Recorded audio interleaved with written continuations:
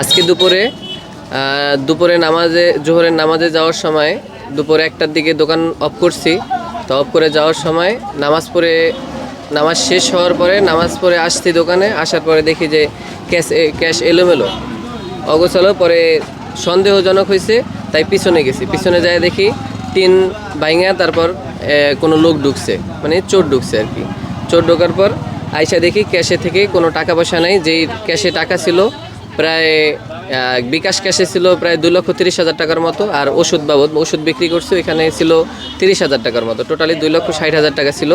এই আইসা দেখি 1 টাকাও নাই, চোর নিয়ে গেছে গা। এটা হলো সদর হসপিটালের সামনে দেওয়ান ফার্মেসি আর কি।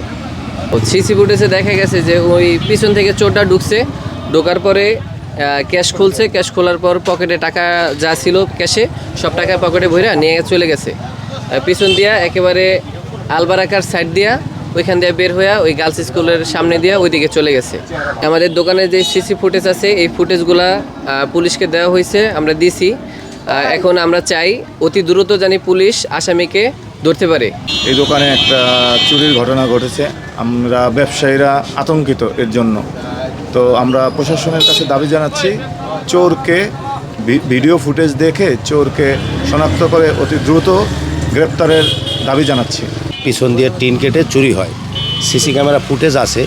কারণ ফুটেজ থাকা সত্ত্বেও 24 ঘন্টা পার হয়ে গেল, এখনও প্রশাসনের কোনো ব্যবস্থার আমরা উন্নতি দেখলাম না। প্রশাসনের কাছে আমাদের দরখাস্ত করা হয়েছে যাতে চোরকে ধরার জন্য তাদের বিভিন্ন প্রযুক্তি ব্যবহার করে যাতে ধরতে পারে। তা আমরা এই আশা এখনও করতেছি প্রশাসনের কাছে, যাতে আমরা এটার ন্যায্য বিচারটা পাই, চোরকে যাতে তারা শনাক্ত করে ধরতে পারে। এই আমার চাওয়া প্রশাসনের কাছে। কারণ এই ধরনের চুরি হলে আজকে পাশেরটা হয়েছে, আরেকদিন আরেকজনের হবে, তাতে চোরেরা লাই পেয়ে যাবে।